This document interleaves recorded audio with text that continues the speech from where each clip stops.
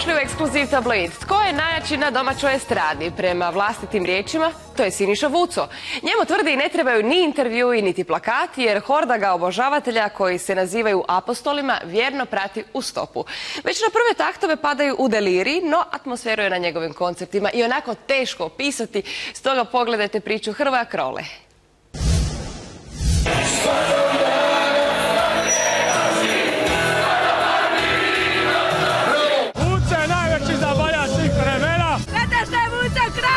Trogirana je očito doveo do ekstaze. Kralj estrade, uzor, duhovni vođa ako se pita vjernu vojsku obožavatelja. Sve je to u jednoj osobi, Siniša Vuco.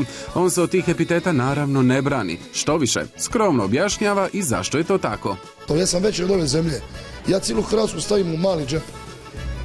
Svađaš me? Evo ćete staviti se po ovoj državi, razumiješ? Manja je od mog. U istoj državi kriza je sve veća, no njemu to očito ide na ruku. I mogu vam reći što je veća kriza, ja bolje, meni je bolje, ja bolje zarađujem. Zašto? Brate, kad je veća kriza, da si ti sad gazda diska, daj mi ovo 4-5 najbolje, ovo drugo mičitoča. Znači kriza, super, što je kriza veća, meni džepovi puni, hvala lijepo. Iako su svi njegovi kolege prilagodili cijenu gaža nastaloj kriznoj situaciji, Vuco za to ne želi ni čuti. Apsolutno nisam jeftin pjevač, jer sam prilično skup. Zato je što koncerta što manje, a što više da ih naplatim. Jer sam već malo ostarija, nemam ja puno godina, imam 42 godine, ali imam osjećaj da imam 980, kod 3 prosječne kornjače. Ta žena, siroma u gradu, tako lepu i mladu. Jedan je od rijetkih izvođača koji se može pohvaliti pravom legijom obožavatelja, koji se nazivaju apostoli.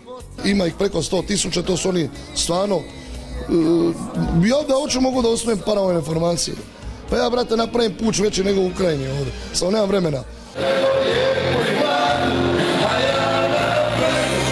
Nadamo se da će Vuco ipak biti zauzet koncertima, ne organizacijom paravojnih formacija, jer, kako stvari stoje, u glazbenom svijetu konkurencije mu nema na vidiku.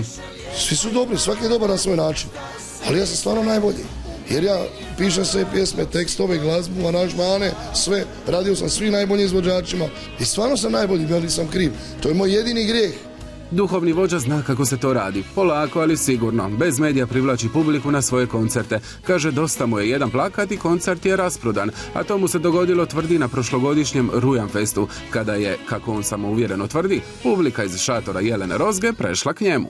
Siniša Vuco, 22-3 godine u vrhu.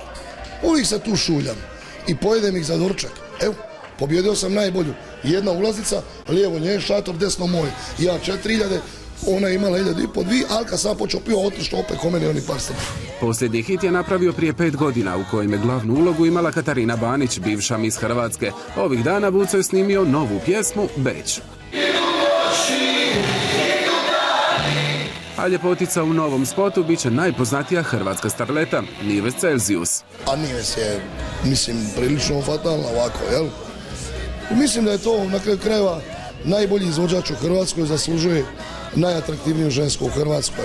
Njegovim vjernim apostolima ovo miriše na dobitnu kombinaciju, a glazbeni kritičari sigurno će imati i sami pokoju za dodati. Voljeli ga ili ne, činjenica je da svoje koncerte gotovo ne mora reklamirati. Obožavatelji ga jednostavno slijede u stopu, čime se rijetko tko može pohvaliti i tako ostaje jedan od najvećih misterija hrvatske glazbene scene.